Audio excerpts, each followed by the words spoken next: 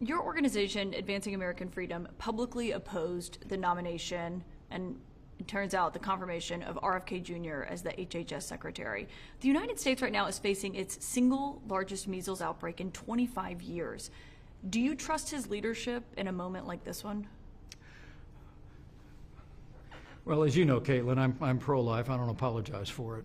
And the very idea that a Republican president would nominate an abortion rights supporter to lead the Department of Health and Human Services was just unacceptable to me.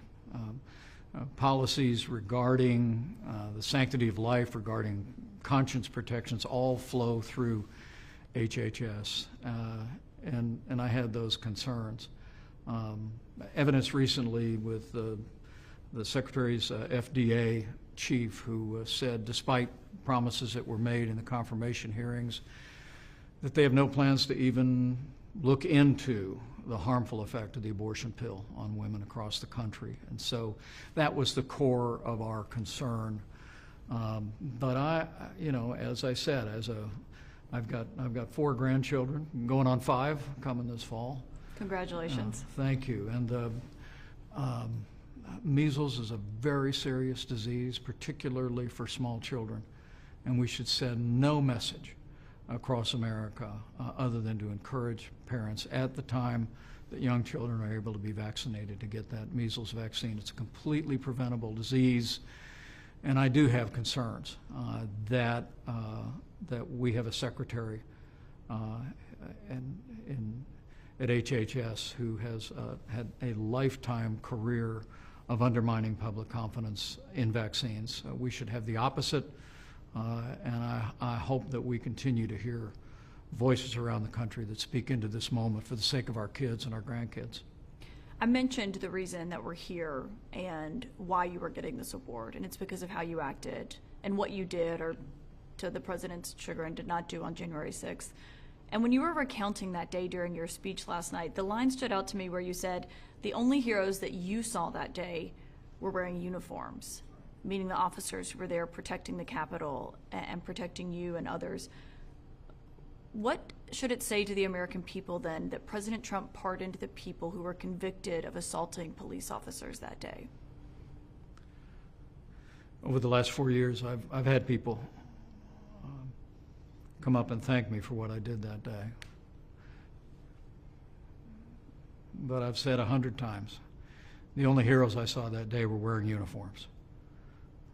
When we were evacuated down to the parking garage underneath the Senate, I literally saw Capitol Hill police coming and going through that area, some of whom had injuries, and but none of whom flinched.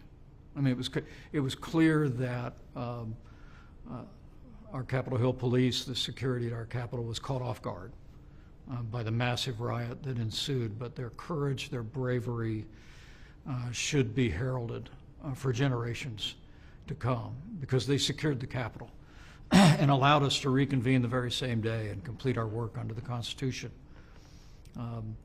I will tell you, I was deeply disappointed to see President Trump pardon people that engaged in violence against law enforcement officers on that day. The President has every right under the Constitution to grant pardons, but in that moment I thought it sent the wrong message. On the economy, you obviously were serving as vice president the last time President Trump was putting tariffs in place. He's gone much bigger and broader this time, and he seems to be downplaying any concerns that people have about a recession. Instead, he's arguing in the long run his policies will be successful. Do you worry, though, that the tariffs he's putting in place could potentially lead the U.S. into a recession? Well, let me back up for a second and say that I really do believe that President Trump's historic re-election last year was in many respects not just a reflection of a personality, but it was also that what I heard all over the country is that people wanted to get back to the policies of our administration. In addition to strong American leadership on the world stage, which we can get into in a minute, it also was that we cut taxes, rolled back regulation, unleashed American energy. But we also used targeted tariffs, particularly against China, after decades of trade abuses and intellectual property theft. We brought China to the table and achieved that 2020 Phase 1 trade deal that was truly historic and was a beginning of changing the dynamic of our relationship with China. So now, as I see this administration, I do have concerns that with the president's call for broad-based tariffs against friend and foe alike, that ultimately the administration is advancing policies that are not targeted at countries that have been abusing our trade relationship, but rather are essentially new industrial policy that will result in inflation, that will harm consumers and ultimately harm the American economy. So again, I want to be clear, when it comes to China, when it comes to decades of trade abuses, my view always is free trade with free nations, that we ought to be engaging our trading partners across the free world to lower trade barriers, lower non-tariff barriers and subsidies. But when it comes to authoritarian regimes, we ought to get tough, stay tough, and demand that they open their markets and respect our intellectual property. He dubbed it Liberation Day, and you wrote in reference to that the only thing that Americans had been liberated from were trillions of dollars in investments. Do you think he understands the impact that it could be having on regular Americans? I think he does. But he's still doing it anyway, in your view? President Trump and I had many long conversations about trade in our 4.5 years. I strongly supported our administration's policies on trade, including the get tough policies with Mexico and Canada that resulted in the United States-Mexico-Canada agreement, the largest trade agreement in U.S. history. But we were well on our way. We'd renegotiated a trade agreement with South Korea. We were well on our way to a new trade agreement with Japan, with the UK, even the EU was in discussions. But it was all based on using his instinct that tariffs served the American economy to bring our trading partners to the table, to open up markets. My concern now is I see the president following more of what I think has been his historic view, that at the end of the day, a certain minimum threshold of tariffs on all goods coming into the country will serve the American public and our economy. Some people believe that. I hold the view that trade means jobs, and that if we were to erect even the 10% minimum tariff that is on today, if that was all that remained after this, I think ultimately it would stifle American growth, limit prosperity, drive up costs for American consumers, and we ought to be driving again toward that principle of free trade with free nations and standing tough, standing firm on authoritarian regimes like China. So you think he's wrong on tariffs? I do think this version of tariff policy that's broad-based, indiscriminate, applies tariffs to friend and foe alike, is not a win for the American people. One argument he's been making lately is that maybe children will have to make do with fewer toys, fewer dolls. The quote that he had yesterday was, "I'm just saying that they don't need to have 30 dolls, they can have 3. They don't need to have 250 pencils, they can have 5. Do you think the American people buy that argument? I have 2 grown daughters. I have 3 small granddaughters. And look, keeping dolls affordable, keeping our kids' toys affordable, that really is part of the American dream. I remember recently the Secretary of the Treasury said that cheap goods was not a part of the American dream. Well, I'm somebody who spent almost my entire life in public service. We lived on our paycheck while we raised 3 kids and put 3 kids through college. Cheap goods are a big part of it. And I think we ought to be candid about that. What I will give the president credit for is conceding the fact that his tariff policies will raise the cost of goods for consumers, whether it be toys or pencils or other products. And I appreciate him being forthright about that. I just think the American people but is he being cherish forthright their about freedom that? to cherish their freedom to purchase their goods at the lowest possible cost. And that's not to say that at the end of the day, there are key industries that are important to have here, but I think the way we generate manufacturing jobs, I think the way we generate high-tech jobs, the way we generate the kind of jobs that will serve America's security and prosperity is by making the Trump-Pence tax cuts permanent, rolling back regulation, lowering the cost of energy across the board, and making America the most attractive place in the world to invest and create jobs. Well, and obviously he came into office promising to lower prices. So if prices go up as a result of those policies, is that backtracking on a pretty big campaign promise? Well, some prices have gone down, as the president has conceded, and prices will fluctuate. But I do have a concern that when the so-called 90-day pause comes off, that even the administration has conceded that there may be a price shock in the economy, and there may be shortages. Caitlin, there were reports over the weekend of maybe a 35% reduction in the number of imports headed our way across the Pacific. I think the American people are going to see the consequences of this. I think they'll demand a different approach. And I think that approach is free trade with free nations. Let's use the leverage, the threat of tariffs, to negotiate down trade barriers with free nations, even while we stand firm with China and others. It was nearly 10 years ago, almost. Hard to believe that you said on the campaign trail in 2016, character matters to the presidency, and Donald Trump will bring the highest level of integrity to the highest office in the land. You can count on it. Do you still feel that way today? Well, I want to be very clear. I'm very proud of the record of the Trump-Pence administration. President Trump and I had a good professional and personal relationship for 4.5 years. I surprise people sometimes when I tell them that we never had a crossword between us until those fateful days at the end. We're very different men. We have different ways of expressing ourselves, and in some ways different priorities, but we had a great working relationship, and I think we delivered for the American people. For me, ultimately, character in public life is about doing what you said you're going to do. And we did that in our 4 years. And I will tell you that in the early days of this new Trump administration, I think the president in many ways has been doing that again.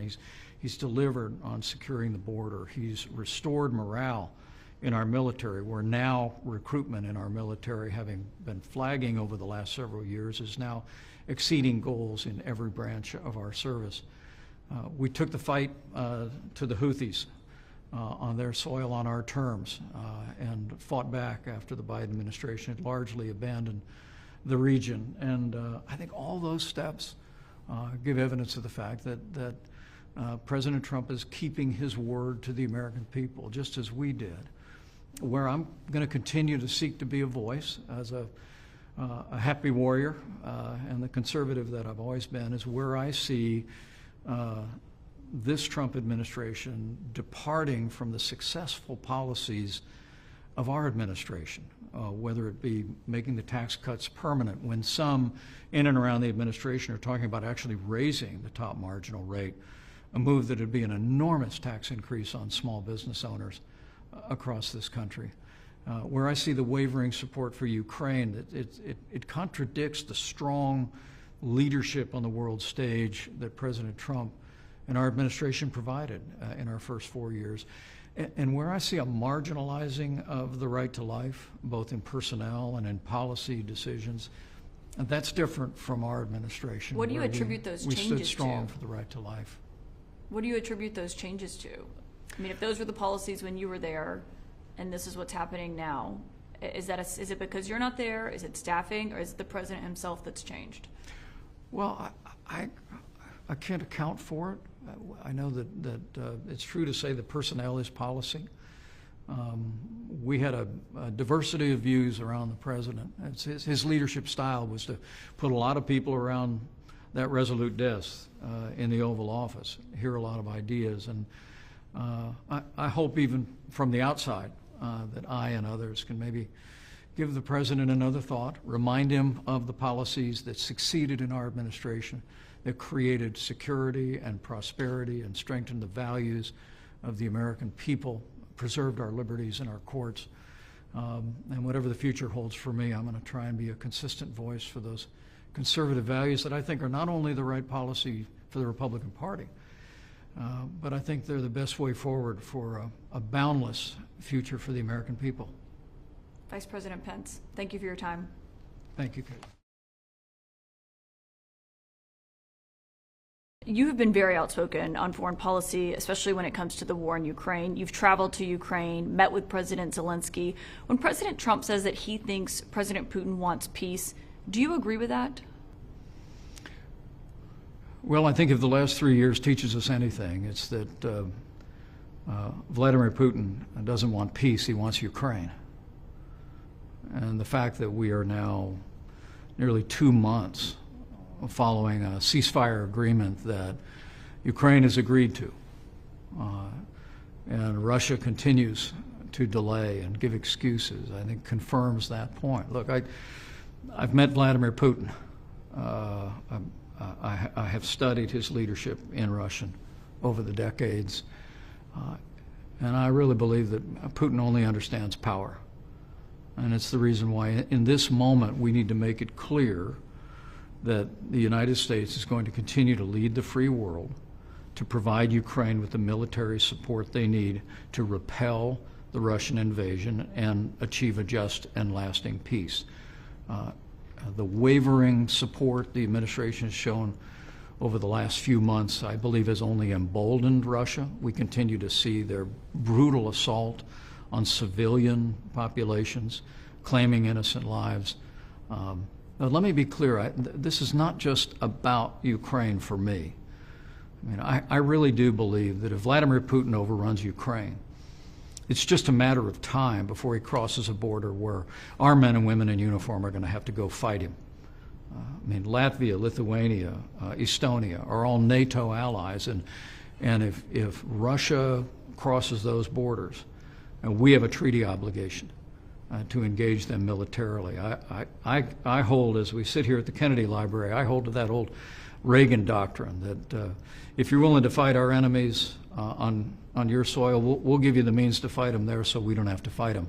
And that's the principle we should be following here in giving President Zelensky and Ukraine the military support they need to repel and to stand down that brutal Russian invasion. You talked about studying Putin. There has been some concern or questions that maybe he's stringing the president along, that he's just slow walking the negotiations with no intent of coming to the table. Do you share that view? Well, I think President Trump is starting to suspect that. He said not long ago that he was concerned he might be tapping him along, as he says, in that New York parlance. And I think he's right. If I was sitting with the president right now instead of you, I would tell him, follow your instincts on this. That's who this guy is. And he only understands strength. I mean, look, there's a reason why Russia never even attempted to redraw international lines by force during our first 4 years. And that was because our administration rebuilt our military. We took down Nord Stream 2, which was a tremendous blow to Russia. We gave approval to our military in Syria to take out 100 Russian mercenaries without a single American casualty. We fired cruise missiles not once but twice into Syria against Russia's ally, the Bashar Assad regime. Russia knew we were willing to use military force to defend our interests and our allies. And so different than the Bush administration, the Obama administration, and then the Biden administration, Vladimir Putin stayed across the border during our years. And it convinced me more than anything else that this is a moment for American strength. And the pathway to peace is by an unwavering commitment to freedom. Given that, I just have to know what was going through your mind when you were watching that remarkable Oval Office meeting where President Trump and Vice President Vance had an incredibly contentious exchange with President Zelensky. What would you have done if you were in that room that day? Well, I've been in a lot of contentious meetings in the Oval Office, just usually not on camera. There was one occasion where we had congressional leaders in that got a little sporty. My own personal posture was to But this is let the a president have who's his fighting way. for his country, and you've met President Zelensky. So I wonder what you thought when you saw that. Well, I thought it was regrettable. I thought President Zelensky was ill-advised to take his argument before the media in the Oval Office, and I thought it was unfortunate the way the president and the administration responded in that moment. But I'm encouraged all the way through the knee-to-knee meeting at the Vatican that it looks like we put the dialogue back together. Look, this really matters, I believe, for not just for Ukraine, not just for Europe, but for America, for all the reasons that I said, Caitlin. I think it's absolutely essential, and I'm very encouraged that the president secured this historic minerals deal with Ukraine. I think that's going to benefit the American people with rare earth minerals, but more important than that, it sends a deafening message to Moscow that America and Ukraine are here to stay. Yeah. Well, given contentious Oval Office meetings, the new Prime Minister of Canada is visiting tomorrow. Mm-hmm. The President has been saying that he's not kidding when he's talking about making Canada the 51st state. What advice would you give to the new Prime Minister as he's going into that meeting? Well, I don't know that I would advise the Prime Minister of Canada. I worked with his predecessor, and look, Do you think Canada should be the 51st state? I think Canada's been a great ally of ours, whose soldiers have fought and died alongside Americans in every war since World War I. And but I think I'd suggest to him that you come in and let your yes be yes and your no be no, and speak plainly to the president. I think President Trump respects strength. He respects people with conviction and has the capacity to adjust. I expect it'll be a good meeting. Do you think he's serious when he won't rule out military force to retake Greenland or to take Greenland? Well, I think Greenland is enormously important to us and our national security. But the fact that we already have 2 military bases there and the ability to negotiate further is more than enough for us to satisfy that need, and then otherwise allow the people of our 2 nations to discuss any arrangements going forward. Okay, so you don't think it needs to be taken over by military force? I think we can address our security needs in Greenland by other means.